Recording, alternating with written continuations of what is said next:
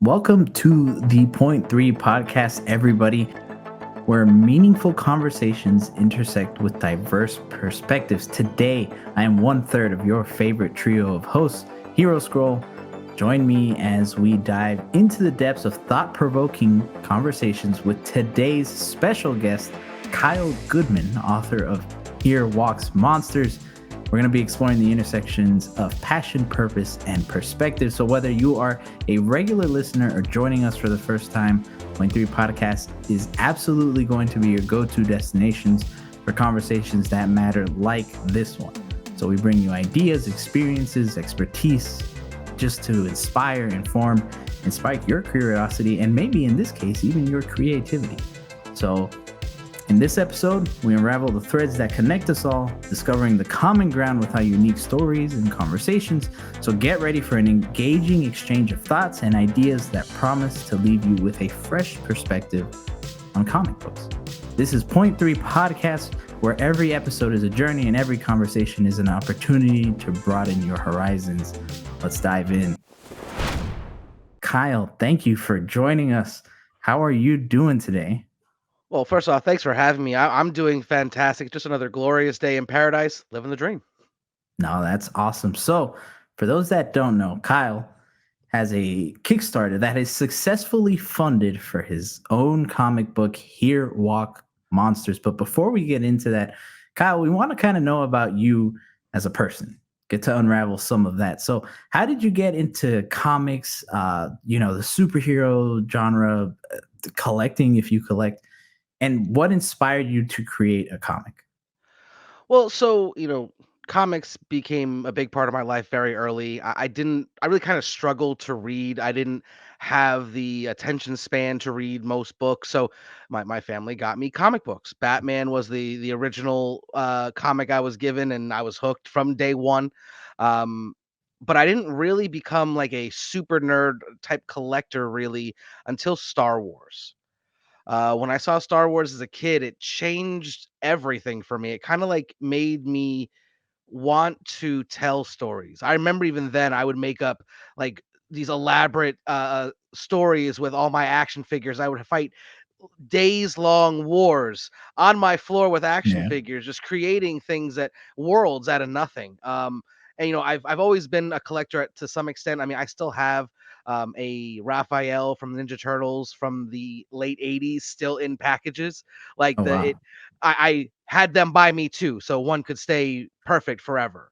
So I guess technically collecting has always been a part of it, but I really truly got into collecting again about 4 or 5 years ago, right before the pandemic. Actually, it didn't I was already kind of full blown back into collecting and knowing that I wanted to either be a part of the comic community in some way, whether it's a podcast like I have, or just collecting and selling comics as I do. I've been either the first or one of the first 100 sellers on a couple of different platforms already, and I'm working with a third one, trying to develop a true community where you follow the community, and then that person becomes your go-to. You can do like live shows and all that stuff, and really trying to get that off the ground. It's called Junkie. But when it comes to actually starting to make a comic book, I didn't really think it was possible until a few years ago. Um, I've always had, and I've always write stories, whether it would be, I was writing a novel at one point, a zombie novel, which I've now adapted into this comic book, but I wrote movies, stuff like that. I've always been interested in creating something, some type of entertainment. Um, and when I started seeing some people that I respected that weren't the prototypical comic book writer actually get their feet in the door and be welcomed and successfully moving forward, even to where they were nominated for awards, I'm like, wait a minute. I have this story that's been sitting on the back burner for about 10 years now. Let's turn this into a comic book. And then I always knew I wanted it to be in black and white. And one of the artists I followed on Instagram, his name is Martin. He's from Canada, and he is one of the most talented black and white artists I've ever seen. And he's never done a comic book either, and he's always wanted to. So when I reached out, I was like, "Hey, you want to do a comic with me?" He initially was like apprehensive because he'd never done it before, even though it was always a dream of his. But once we started going back and forth when I showed him the story and the ideas and all of that. He jumped full on board, and then we've been pushing hard ever since. I mean, it's definitely been a let's say rough journey, but where we're here now, with the ash can fully funded, got 2 days left. Already talking with the printer to talk about how we're going to make these amazing, facilitate them. I'm probably going to end up hitting earlier than the anticipated goal, because I said on the Kickstarter by January. I'm probably going to have them more likely in people's hands by December. Um, like I'm shooting now for almost like a Merry Christmas, Happy Holidays kind of Yeah. thing. Like you get your ash can from Nerdtween, you know. But like I say, yeah, it's definitely been a labor of love, and something I'm really happy that I'm here now. You know, it's all the work that I've put in. I mean, I can see the benefits now, and it's kind of crazy to be honest with you. Yeah, no, absolutely. And you mentioned about how being younger, you've always had that passion for creating, and you created these stories in your own head with your toys. And I think that's something everybody can relate to, where everybody had their toys. We all did our different things, with them. Yep. Personally, I remember one time I wrote in elementary school like a very short story about helping Spider-Man put out a building that was on fire. So, See? everybody does it, but it's very different when you're an adult, and Yeah. being able to really do it, and like you said, have it be a labor of love. That's fantastic, man. And for those that don't know, his Kickstarter is already fully funded. And off screen, we were talking about it. I think you said that it was 5 days to take. Yeah, it was right after I launched it, we had within 24 hours it was 70% funded. And then it has been kind of, now I might have the fully funded date off a little bit, but it has been about almost 2 weeks now, since it's been fully funded. And yeah, I have to admit, like at first, um, I obviously I'm super confident. I'm like, yeah, this is gonna, I'm gonna fund this in a heartbeat, no problem. And then I Yeah. started to think maybe not. Okay, let me rope pull in this craziness a little bit, and get focused. But I've seen a lot of projects that have not made it, Yeah. and a lot of people kind of told me beforehand, like, hey, it's really tough to get your first one funded. So if it doesn't, don't give up. And I'm like, okay, yeah, sure. And then I see a lot of projects not getting funded. So I'm at the point where, and I've said this on other podcasts and on my own, I have imposter syndrome really bad a lot of times, where I'm like, I shouldn't Mhm. be able to do this, but numbers don't lie. No. So like I literally pull up the Kickstarter, 107% funded as of the time we're recording this, and my imposter syndrome goes, "Damn it!" I mean, I can't argue with that, and that's, that's not something that I'm used to. And the Yeah. amount of support I've received, not only from people who have known me for years and just want to see me succeed, but the community in itself Yeah. has been astounding, and I can't thank them all enough. And I will, by not only continuing this story, but making it something that everyone who didn't back is going to go, man, I probably should have done that. And the ones who did are going to be set up real nice, for when everything, really starts to kick off.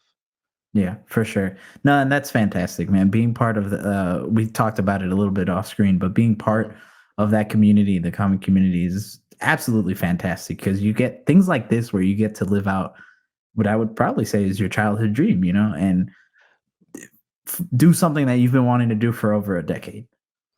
Yeah, I don't know if I ever, as a kid, really thought I would want to write a comic book. I knew, because I always thought I was gonna be in movies. I thought I was gonna be an entertainer. I used to put on shows for, like, I would literally put on a show in the middle of like a store where my folks are shopping. I'd be in the middle doing a show for everybody. So I always thought I was gonna be in that realm somehow. I mean, my grandfather, he actually was not one of my grandfathers was nominated for 2 Emmys as a Oh wow. producer, for CBS. He did Monday Night Football and the Apollo Splashdown. He worked with Walter Cronkite. My other grandfather's in the New Jersey Boxing Hall of Fame as a promoter and a writer. So I always felt like I had the pedigree and, big shoes to fill. That I always, I've said this a lot. I've been very humbled over the past few years, really understanding my place and who I am and what I've got to offer. But back then, man, I was gonna be a movie star. There was no question about it to me. Yeah. So like, I don't know if I probably envisioned myself acting one of the superheroes more so than anything. Wolverine. I am 5 foot. I am 5'2". I'm technically an inch too short, but I'm the closest thing you gonna get. But Yep. I I knew I wanted to do something entertainment, and this is. And I say this: comic books are so malleable. You can tell any story on them, Hmm. and I definitely didn't set out to write a zombie book or novel or comic book. I set out to write a story about the fall of humanity and just how far the human race would fall if society wasn't telling them what to do. And then I went from that, I expanded to it has to be some type of post-apocalyptic setting. What do I like the most? Duh, zombies. So that's what I think um, is really why I love this project so much because it's more so an indictment of humanity set in a zombie apocalypse more so than just another zombie comic book. Yeah. And I really also like the premise of how the virus starts.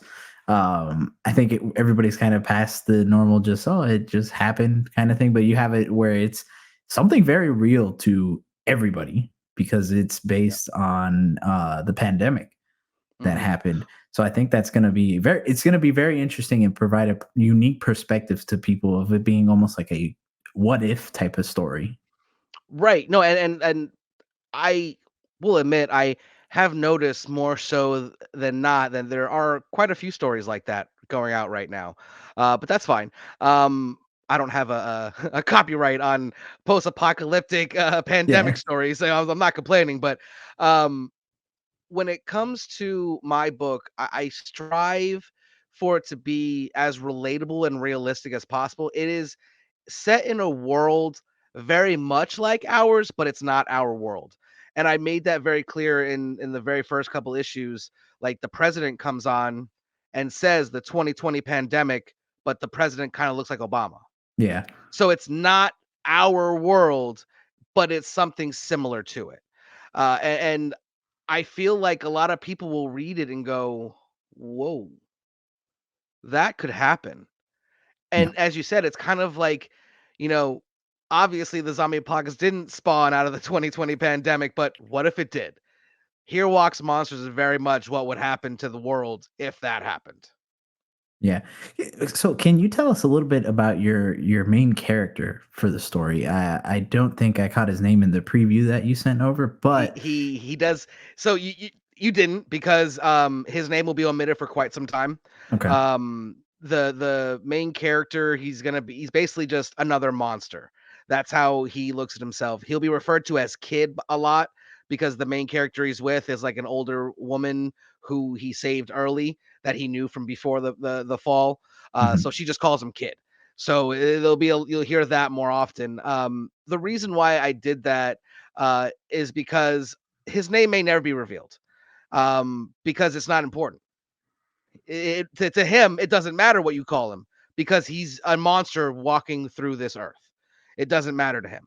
Um, but I will say that if his name is revealed, it will maybe change the inflection on the name. That's the specific reason why I named the female lead Karen because she's not a Karen.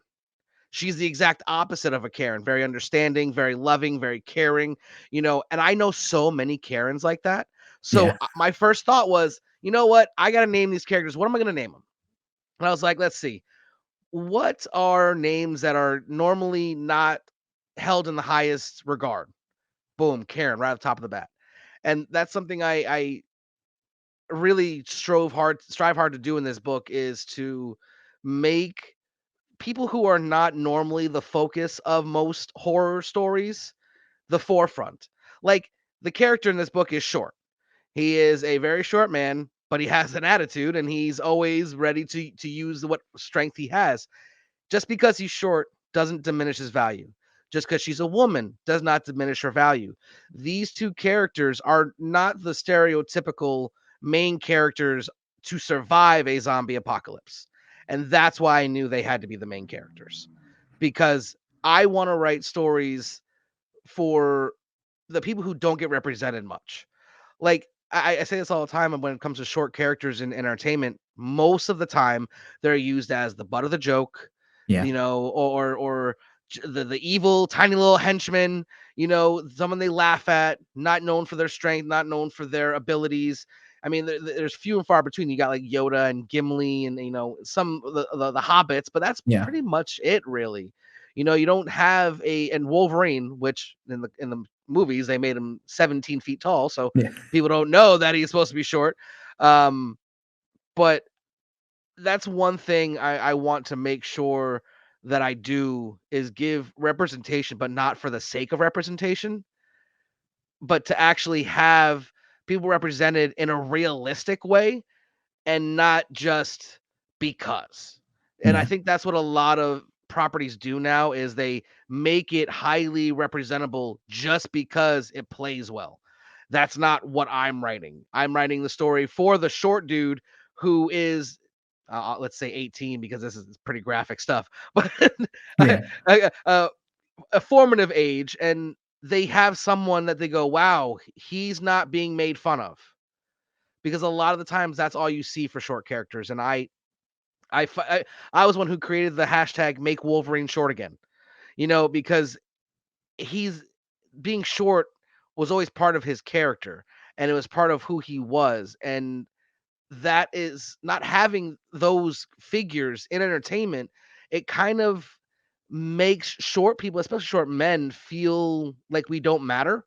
And I don't think that's the case. And a lot of people don't really think that's the case, but that's how a lot of entertainment portrays the short character, or even they portray women as being weak, especially in horror movies. Yeah. Like they're usually the first ones to die. Oh, save me! No, no, Yeah. no, no, no. There are very strong women that would be just as fine as any other man in a zombie apocalypse. So I think it leveled the playing field for everyone. Is how I kind of set up the world, because it's all on you. In the zombie apocalypse, it's you live or you die. That's really all there is to it. And a zombie's not going to discriminate between a short person and a tall person, or a male or a female. We're all the same to them, which Yep. in actuality, we are all the same. We just look a little different sometimes. And, what I mean? We're all humans, underneath it's the exact same skeletal structure. You know what I mean? It's not Yeah. like anything's different. And I think a lot of people forget that. And my title is gonna definitely put us all on an even playing field. For sure. And you say that, and now it gives me a different perspective on even the couple page preview that we got from it. And it just makes it even better because I already thought the story was going in a place that I'm like, man, I'm hooked. I want to see more of this. I want to see more of the main characters. And they were on probably 3 pages, you Yep. know? And that's when you have something incredibly special, when you're able to represent what you want and have a reason for it and really champion something and do it in your own way. And I truly think that's going to be something that really hits it out of the park for a lot of people. I definitely agree, and I made sure, like I've been in my mid to late 30s. I spent my entire lifetime reading comic books, watching movies, watching TV shows, seeing good stories, bad stories, and I've kind of pulled on all of those to construct my story. Like for instance, like I made the editorial choice to start the story, the book, well after the initial outbreak. Hmm. You get a little taste of it in a flashback because what you saw was a dream. Yeah. And you get what you need, but nothing really else. And we start boom right in the very beginning of the story. Um, you know, and like try and I'm really trying to break up anything that happened before sporadically when it deems necessary for the story. Like instead of having a flashback randomly, it's gonna be because someone asked them a question. Like there's an Easter egg in one of the pages I even sent you that will be brought up later. That's going to be almost its own issue when that story gets told. But it's going to be because someone's going to go, "Hey, dot dot dot." I can't even say it because it'll give it away. Yeah. But and then you see the character, you kind of look up, and then it goes into this memory, and then you get brought back to that time. and that's all stuff you got to think about way beyond. Like I've had such a long time to map this out. I've got about a 35-page Word document of every single step, where they're going to stop, even down to the items that they will find on that road and the ending and everything. So I know where the story is going. So it gives me the luxury to build out these backstories and flush out, the character development in flashbacks and things like that to show you how they got to where they are today.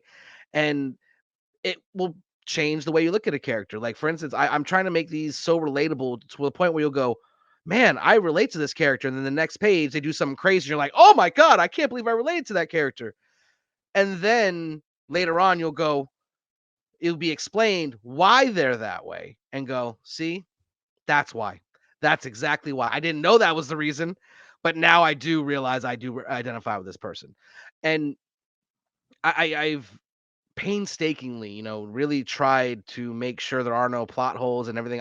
I'm that guy. I'm the guy who watches and reads books and goes, you messed up right here. Yep. On page 47, you said that they didn't go here, but actually 35 issues previously, they were in that exact spot. I'm that guy. So once I get it running, I'm also going to have a challenge to where if you find a plot hole that is a legitimate plot hole and can prove it to me, you'll get your way into the book. Like you'll be drawn in as a character. Like that was one of the big things I did for this Kickstarter is I had 5 spots where you could basically buy your way into my book. And I actually had someone who purchased their way into the book. It was almost 2 years ago at this point because I had a lot of issues getting it done. But he was initially just going to be some random character just in there one scene. But then after I talked to him, I realized he fit a character that I just hadn't actually named or, designed yet, but I knew he was going to be there because he's essential to the book. And I was like, dude, guess what? You're not just in the book. You're actually a major part of it. He's like, what? And that's another thing I really wanted to do is I wanted to give a chance for an experience, not just a to read. Like even on the Kickstarter, still you can pay to get a logo or your name in the book somewhere. Like, for instance, if you want to use your name, you'd be like, someone's name is Jason. There's going to be a Jason Ave, like the street name. And then someone else wanted to have their they didn't want to use their real name, so we used their handle and made like a fake business that's going to be in the background somewhere. So anyone who knows him for his online presence will go, wait a minute, is that? Yes, it is. But no one outside will have any idea. And that's what he wanted, So that's, or you can have like your logo like on the background or on a window somewhere, I want to try to make it again, because this is a very real world in an unreal setting. And that's another, I've designed it that way too, because hopefully if it does take off, we can get things like, sponsors to where the official car is a Buick, type thing, and I actually, we designed a super vehicle for this road trip that the characters are on. And I made sure, I was like, hey dude, I need you to do me a favor, make it as unidentifiable as possible. He was like, what do you mean? I was like, well, just in case we get fancy enough to where a big company wants to slap their logo on it, I need you to be able to do that. He's like, gotcha, bro. I'll just put something on the front of it, and we'll work from there. We'll say it's a body kit.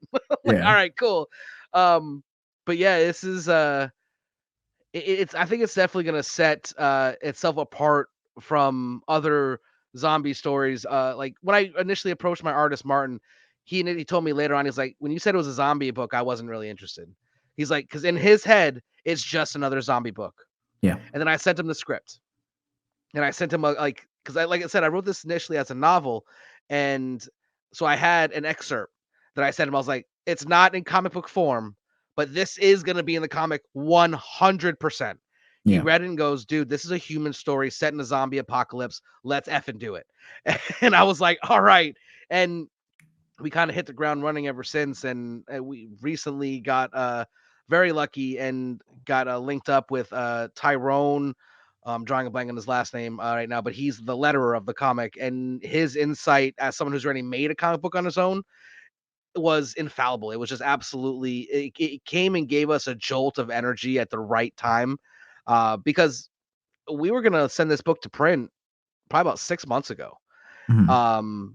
Martin did the lettering, and he had never done that before. And to be honest, he's also from Canada, so there's a little bit of a language barrier. So anything I sent him, he just copy and pasted it, which is, makes sense. Um, but it wasn't always done the best. And I brought it to MegaCon and showed a whole bunch of creators, and they all said the same thing, just in different words. The art is amazing, the story is interesting, but the lettering sucks. Well, I actually almost gave up at that point. I was like, "Well, that's it, game over. All right, lettering sucks. I'm out of here. We're not. It's that was a sign from the comic gods that I shouldn't be Yeah. doing this." But I got very lucky. I've had a very, very strong support system. Besides my family, they've been very, very supportive in this. But as well as John from Encase Comics, he kind of he's the one who hooked me up with Tyrone, and he's the one who kind of gave me the shot in the arm to keep going. Because I kind of gave up, because he literally messaged me, was like, "Hey, so how's your comic company?" I was like, "It's not." He Yeah. was like, "What do you mean?" And then we went on from there. Kind of he kind of got me on the right track again, because he told me, like, this is something special, and if you don't get this out, you're gonna regret it for the rest of your life. And he's not wrong. Yeah. And talking to you, but also seeing it in the preview that you sent, you can see the passion that you have for this, and that bleeds into everything. And that really makes it an experience. If you've listened to us before, we're big on experience. We talk about how movies, the ones that tend to be those experiences, in specifically like Marvel, like Endgame, Infinity War, those are the ones that people tend to remember and really Yep. Because it uh resonates. exactly. Yeah, Yep. books are the same. And personally, a lot of comic books don't do that anymore, at least Mhm. from what I've seen. A lot of them are, I'm not saying that they're not good. There's a lot of good superhero and indie comics, horror, everything, but not every single one makes it an experience. Yeah. And when you get an experience, that's when it becomes something incredibly special and people flock to it. Well, and we strive to do that. I wrote this very cinematically, because while comics are awesome and they are very malleable content, you can write any story. The things, and for most people, like, a lot of people can read a book and not cry. Like, I knew Yeah. people who read, like, the Harry Potter books and weren't emotional when Dumbledore died, but Yeah. when they saw it on the screen, they were dying and crying because they felt it more. It was more real to them. Hmm. So I tried to write this in as cinematically as I possibly could, so that it could give an experience and be something a little different. As you said, a lot of times it doesn't happen. I don't take inspiration from a lot of people, but I do look into, like, James Tynion, the way he has attacked the hero, the horror comic realm. I nothing but respect. I mean, it's amazing. For sure. And I was gonna bring him up as someone who I think makes every book an experience, and it's crazy how every time you hear a new number one, people are excited. Yep. It could be about anything, and people are excited. And it's funny because you mentioned that, right? And it goes to show just how well of a writer he is, right? Yes. Department of Truth. I Hmm. picked that up. I've never felt unnerved by a book in my life. His was the first book that made me, like, legit. I can't remember Yep. what issue. I slept with the lights on that night, and it wasn't like Was anything it the that woman in was. red? No, Because the woman in red, that just, ooh, that just, it was the guy that smiled. I forget what issue that is. oh, But it was oh it was man, just a I know what you're panel talking of about too. it was just a panel of him smiling. Legit, I slept with the lights on that night because I was Yeah. like, "Oh," I felt No, so he's unnerved. It was insane, insane. yeah, Tynion is on a next level, and and you said people hear number ones, they get all excited. I actually invest in his number ones. I have two Tynion number one exclusives, World Tree and the new Dracula story. Like I take my respect to Tynion to the next level, because like as you said, you hear Tynion #1 and horror, you can't sign me up fast enough, you Yeah, know. And it's just a real praise to his writing. He's probably the best writer of our time. I mean, it's arguable, but I'm it's starting to be less arguable as the time goes on. for sure. Because everything he does, I mean, is on a It's different. I mean, gold. heck, even Batman, his Batman one, I thought was Yeah. absolutely fantastic. Oh, People don't talk his about it as Joker run much. was amazing. Oh my Yeah, god, his Joker. Oh, yeah. So all that to say, that's a very good inspiration to take from, as it again, the passion mixed with all of these elements that you have. Even like you said, the lettering. I thought the lettering was awesome. The way oh the yeah. splat went across the preview page, Oh, everything. I was like, oh, this is what makes you stick to a comic, right? Because obviously a big part of it is also the art. The yes. story can be there, but if the art isn't attractive, personally, I dropped ASM because I think Romita Jr.'s art is kind of garbage right now, and it's a very important part that people No, don't remember. it's a medium of still pictures. You know, so if it's not good, then you got an issue. And I've said, he actually reached out to me because he watched some of the interviews I've done. He was like, "Dude, you didn't have to be so nice about my art." And I'm like, "You don't understand, Martin. Your art is really that good. The fact that Oh, it you're is. not a already published artist is absolutely criminal, and I'm gonna make that Yeah. change very soon." Um, Oh, but for and you know, sure. we have this running joke in our creating circle, like if this doesn't succeed, it's not because of the art, you know. So and that's a good thing because his art is just so next level, and he just gets me. Like I noticed just how much he gets me when I started working with the letterer who doesn't know me on that personal level. Because I've known Martin for years already before Mhm. we started working together. So I can say something broad and he understands the pinpoint scalpel slice that I was talking about. Yeah. Where like I told him an idea I had for way down the line, and all I said was, I want it like this. And he goes, "Oh, you mean like this?" And I was like, "That's exactly what I meant. How'd that Yes. see?" And he was like, "See, we were destined to work together." I was like, "Exactly." Um, but yeah, I'm so lucky. He is so talented, and we wanted to be as respectful and honor the zombie predecessors, you know, like The Walking Dead, where it's all black and white. So we went black and white with we're gonna have, as you've seen in the preview, we have the blood is red, which is it creates a very striking Yes. and contrastic look to it, which is phenomenal. We're also gonna have slightly different coloration for the zombies and the infected because there are both in this world, and that was the easiest way for me to go. Because you know the normal arguments with like The Last of Us, oh, it's not a zombie show, it's an Yeah. infected show. Well, guess what? This comic is both a zombie and an infected because there were zombies that were reanimated from the pandemic. Whoever they bit are now infected, and they have different let's say skill sets and different attributes and look different. So I wanted to, like, again, it goes back to the I'm not gonna have a plot hole type book where Yeah. I sewed them shut before we even started.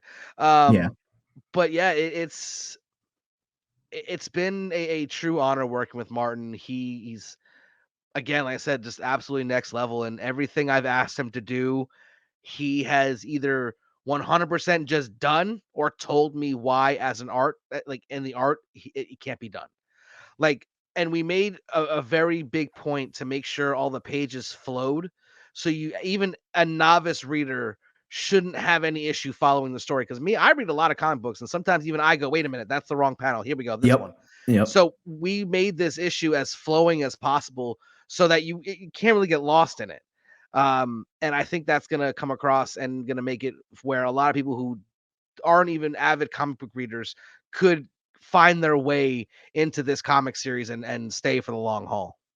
Yeah, for sure. And I have to imagine that's just incredibly rewarding to be able to work not only on your own book, but work with someone who knows you as well as that, Mhm. where you feed off each other's energy. And then, like you said, having your letterist come in, provide you that extra shot of adrenaline. Man, I can imagine how rewarding it feels. Have there been other rewarding things that maybe you didn't think about would come from this So, process? yes, the you know, when it so initially this was not even a comic book. I was writing a zombie novel. It was gonna be probably around 8 to 10,000 pages. I was ready about halfway through, and it I got robbed. My house got robbed when I was in North Carolina, and they took my computer and my external hard drive. And this was many years ago, before the clouds Wow. were respected things. They were just brand new. I was like, I'm not trusting the cloud with my work. Yeah. So when we turned it into a comic and we got those first, like, preliminary sketches drawn, and I started sending those to a few people, like, hey, what do you think about this? And to hear them, like, I don't talk to people who sugarcoat things. So, Yeah. like, if I sent something that was bad, they would have been like, dude, what the hell is this? Yeah. Like, so when they go, oh my God, dude, that's amazing. What is this from? My book, your book. And that, being able to take an absolute failure and something that was such a devastating loss, and turn it into a positive and something that I can now take and run with. It comes back, I might seem very confident, but in my own way, I'm very insecure when it comes to my own work. Like, people always tell me, you're this, you're funny, you're this, you're that. And it's like, sure, I can, if you say so. But the out the outrageous amount of support, Yeah. and, like, just people who want this to succeed, not only because it looks good and it's entertaining and all that, but because they want to see me succeed. It has kind of changed my perspective on this whole, like, scenario we call life. Like, you make all these connections Yeah. and you think maybe that they don't mean anything, or they don't, you know, matter, and you're just proven wrong. Like, while creating this, ironically, I'm telling a story about how horrible human beings could be if society doesn't tell them how to act, and I have the exact opposite. I have all these people who are not being told to be nice to me or back my project or any of that, and they still are.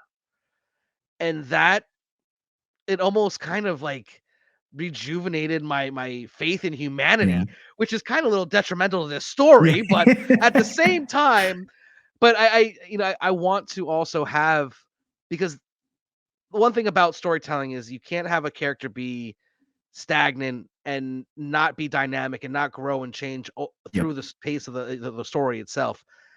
So I have to also see that good. So I can sprinkle it in so that the character can be affected by little acts of good. And over the course of the book, hopefully, maybe he comes around and becomes more of the hero that a lot of the readers are probably going to look at him as, for most of the book, at least. Yeah, because I was going to say, it very gave off the vibe, at least at first. Maybe he's not that great a person, at least to start off, and seeing the journey that he'll go on is definitely going to be fun. But no, that's amazing, and again, everything you've told us so far, I congrats to you, because that's such an awesome thing to see. I know us personally here, we're cheering you on, and I'm sure whoever is watching this video, if they're not cheering you on it by this point, then they're just I don't know what to say anymore. Well, uh, sometimes people, they look at things like this and they go, "There's no way he's being genuine." There's always going to yeah, be those people that are like, "He's just putting on a face to sell his book." If you want to think that, I'm okay with you thinking that, because that's your opinion and everyone's allowed yeah, to have them. Um, but this is far more important to me than making any type of money or selling out. I'm already funded. yeah, I have more than enough to print the ash cans that are being requested, and probably most of issue one if I don't get additional covers and artists, and that will cost more. But that's neither here nor there. So I don't need anyone to go back it now. Would I love you to? Absolutely. Every little penny counts and helps, and it's great. But I just love talking about this because I've come a long way from the person who just read comics to now someone who wrote one, to where Yeah. I see this going 100+ issues. And now, because this is even being remotely successful to the point where this is funded, I'm starting to work with other creators and talking about doing more titles. Like this is seems like this will always be my baby, and the one I'm most proud of, because this is all me. But this seems to be somewhat of a jumping off point and diving directly into the comic industry, which is at this point there's a lot of negativity and a lot of bad stories and bad apples, if you will, out there. Yeah. Um, and if I can be even the smallest, and I'm pretty short, so it's probably pretty small, smallest glimmer of hope, that there is something to stay in this community for, I've already won. Yeah. For sure. Yeah. For sure. And again, that's just, it's such an awesome thing to see. And again, personally, it's something I can see. And I think if anybody is even who's watching this is even remotely interested, please go. By the time this releases, the Kickstarter might be over, but I'm sure that Kyle will appreciate you following the project, following him, because what he's telling us, there's going to be a lot more in store for both this title and himself, right? Because I think Oh what you yeah. just said, this is just the start. So but before we end, though, I have one final question that kind of goes along with that. What is your ultimate goal? What would you say is like your holy grail of to do in the comic book industry right now? Well, so that's a ridiculously loaded question. But let's go with 100 issues. Not many books, Marvel, DC, or otherwise, hit that 100 issue mark. No. Usually it's maybe 50 and then it gets repackaged or rebooted. This is a long story that my goal is to hit 100 issues and to have at least 3 or 4 one shots as well, that give more backstory on not so main characters that are important to the story, just not the main storyline per se. Um, but yeah, if I can get that 100 issue mark, I there's nothing more that I need to do. I will keep going. You know what I mean? I'm not gonna just, oh, I hit 100. I'm not Yeah. writing any other comic books. We're done. We did it. But if I hit that, there is nothing left for me to like strive for, to become happy that I'm in the business. You know what I mean? Yeah. But I'm writing this book very cinematically. Walking Dead and Last of Us got some issues on the hands because, well, I'm telling you, a studio's gonna gonna look at this and go, Yeah. wait a second, we could totally do this. Yep. And and if that happens, forget about it. You know what I'm Yeah. saying? And listen, man, I can tell you that from the I think it was like 4 or 5 page preview that you sent us. So this is something special. So again, if you are remotely interested, please follow this project. Follow Kyle. Kyle, where can people find you if they want to see more from you? So it's really easy. Almost on every social media platform, it's just Nerd to. It's like Tatooine, but for nerds. So that's the easiest way to find me. But the title is called Here Walks Monsters. It has its own Instagram account, its own TikTok. So you just Here Walks Monsters, and you'll be able to find it. For sure. And I'm also certain that we'll put it in the description below. So if you again if you are remotely interested, please go support this because it deserves all your support and it make Kyle really happy also. So It would, yes, it would. well, everybody, thank you for joining us. Kyle, more importantly, thank you for joining us and giving us of your time to talk about what I personally think is just a fantastic story. And Here Walks Monsters. Can't wait to see it. Just the dream keep on growing and keep on going. But Well, everybody, I again, I thanks really for appreciate you having me on, man. I will take any opportunity to talk about my comic book. Um, good, bad, or indifferent. Someone doesn't like it and they want to yell at me for an hour, by all means, come at me. But yeah, I appreciate you having me on. And I'm glad that with what you've seen, you're looking forward to it. This is just the beginning. We've got a long road ahead of us. Um, and hopefully we can get there. So everybody, that's been another episode of the Point3 Podcast. Again, thank you for joining us. Again, if you're new here or a longtime viewer, thank you. Make sure you subscribe to us here on YouTube. Join us on our Discord if you haven't. And also remember, every Wednesday, 9:05 Eastern Standard Time, we are going to be live. Kyle, I'm sure this is not the last time we will see you here on the Point3 Podcast. I mean, hopefully it's not. Listen, I as much as I can say it, I will definitely be on again. I'll be waiting for the invite. And you heard it here first. Well, everybody, thanks again for watching. Keep watching. In this particular case, keep reading and keep nerding out. We'll catch you in the next one.